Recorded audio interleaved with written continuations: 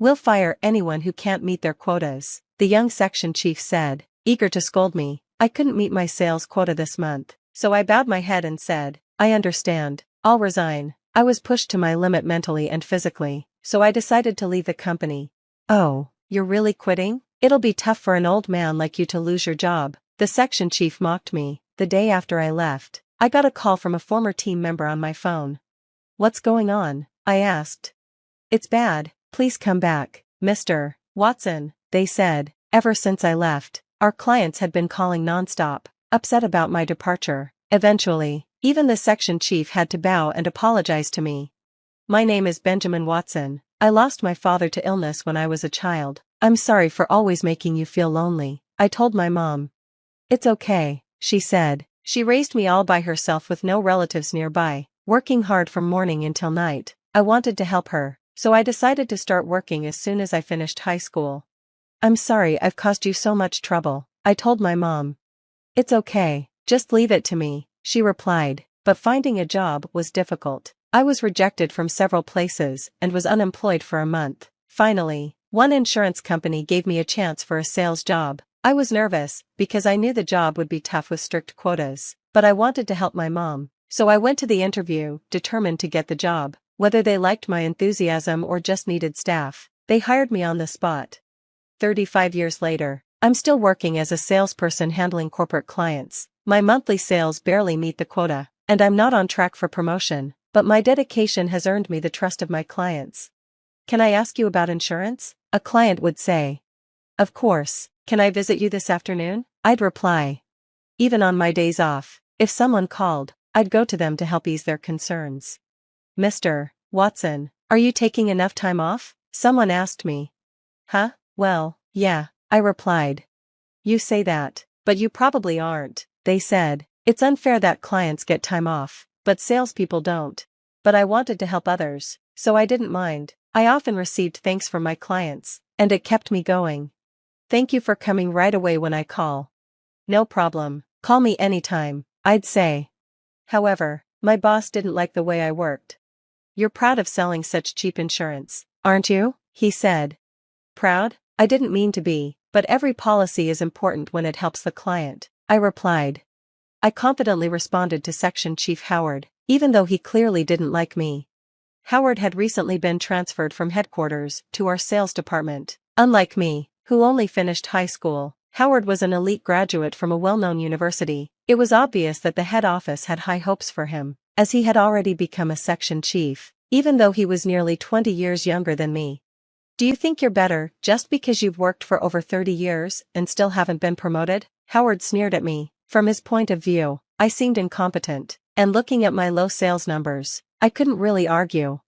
"As part of my team, you're causing me problems if you don't bring in strong results," he added. It was clear Howard wanted to use this position to climb higher in the company, and he was very ambitious. While there was nothing wrong with his enthusiasm, I just couldn't agree with his approach. "Listen up, everyone. Selling cheap products to small businesses won't get us anywhere. Go after the big clients and sell them our best, top-tier products," Howard said, rallying the younger salespeople and sending them out. His strategy was to sell the most expensive insurance to large clients, pushing policies with the highest premiums, but I didn't agree with this method. The insurance Howard promoted covered many things and could prepare clients for all sorts of risks. However, the more coverage they had, the higher the cost, and I didn't think this was fair. Insurance should protect people without becoming a heavy financial burden, and often, it included things the client didn't really need. Howard would say, "Think of the worst-case scenario, stir up their anxiety, and make them feel like they need the insurance. That's what sales skill is all about." To me, this approach was ridiculous and didn't feel right. I believe in offering insurance that fits each company's needs, no matter their size. I take the time to listen to them carefully, which often means working late every day, but I feel it's necessary to ensure they understand everything. However, Section Chief Howard didn't agree with this approach. "Your way of working is inefficient. Sell faster and make more money," he said. I apologized, but continued doing things my way, even though I knew I was going against my boss. Still, I wasn't entirely sure if my way was the right one.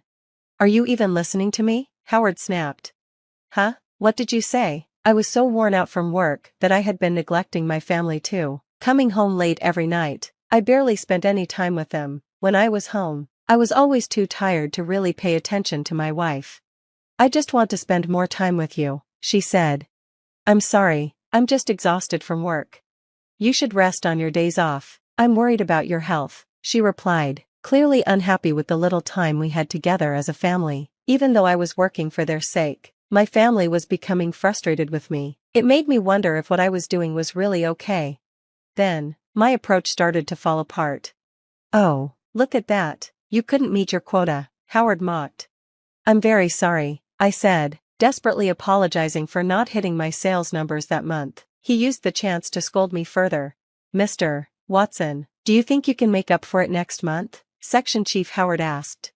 I hesitated. If I didn't meet the quota this month, the shortfall would roll over to next month. Since I was barely meeting the current quota, the chances of catching up seemed slim. If you can't, maybe you should consider going part-time, Howard suggested with a smirk. Part-time? Is that even possible for a salesperson? I thought, confused. If you don't want that, then you're fired, Howard added. Fired? The word surprisingly didn't hit as hard as I expected. While I couldn't say I had no regrets about the job, I had been sacrificing so much, including my family time. Maybe it was time to accept being fired and focus on the family moments I'd missed. I pictured my wife's face and made my decision. Understood, I'll resign.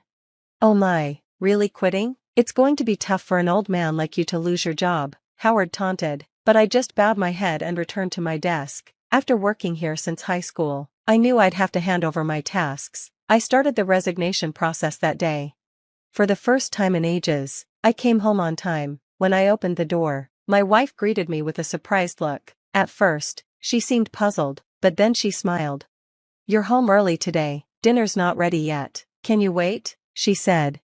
Thank you, I replied. For the first time since we got married, I really watched her cooking, realizing how much time work had taken away from me. I've decided to quit my job, I told her. I see, she replied without asking for details.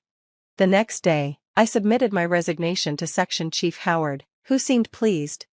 Please finish the handover quickly, he said with a broad smile.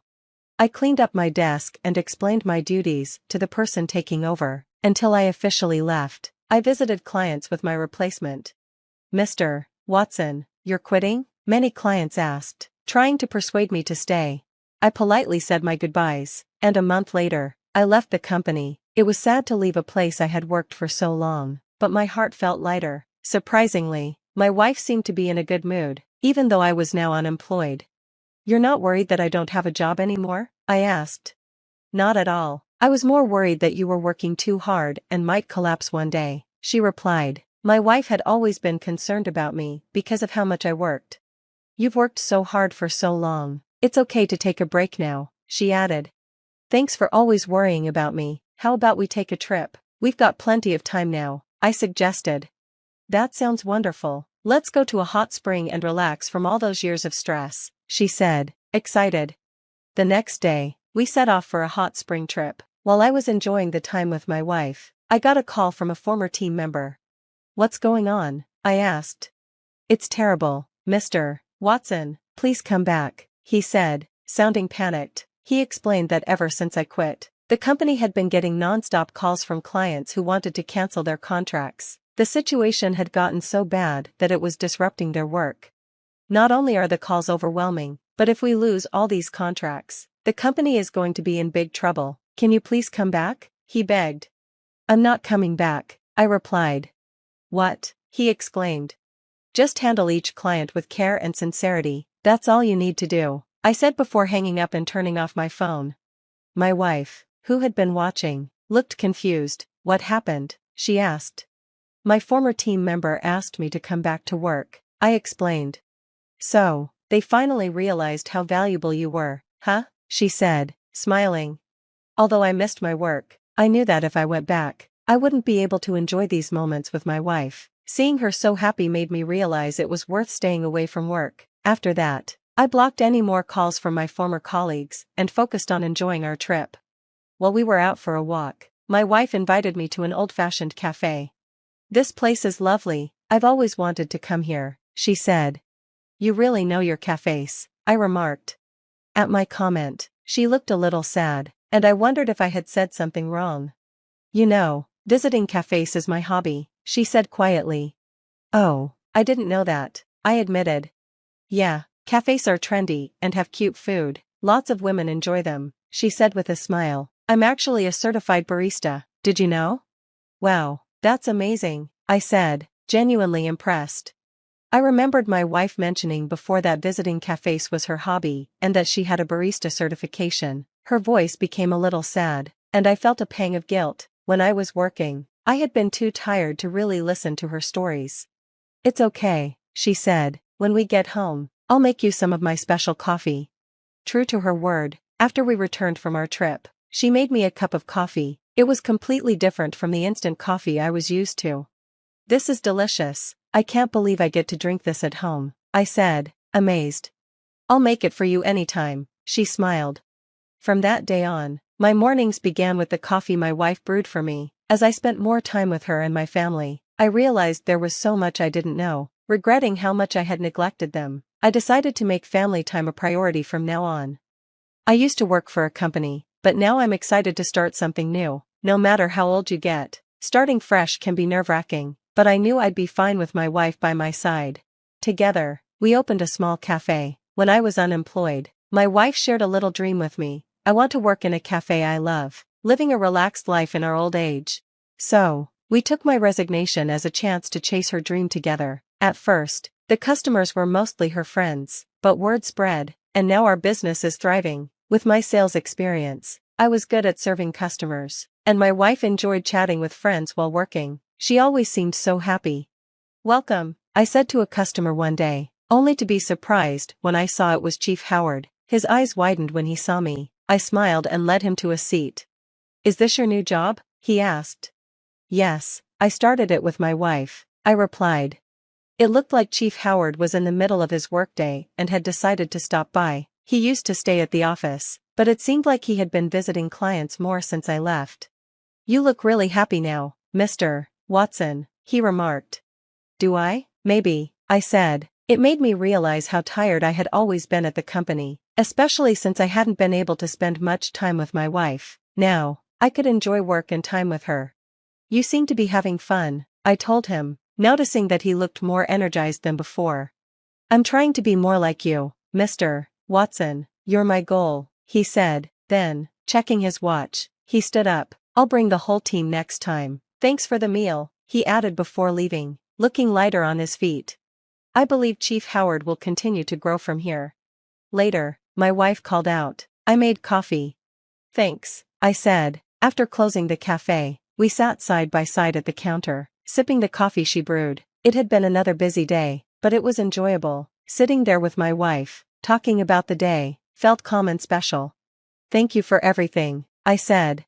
Why so formal all of a sudden? She laughed. I smiled, realizing how much these moments meant to me. From now on, I would treasure every one of them.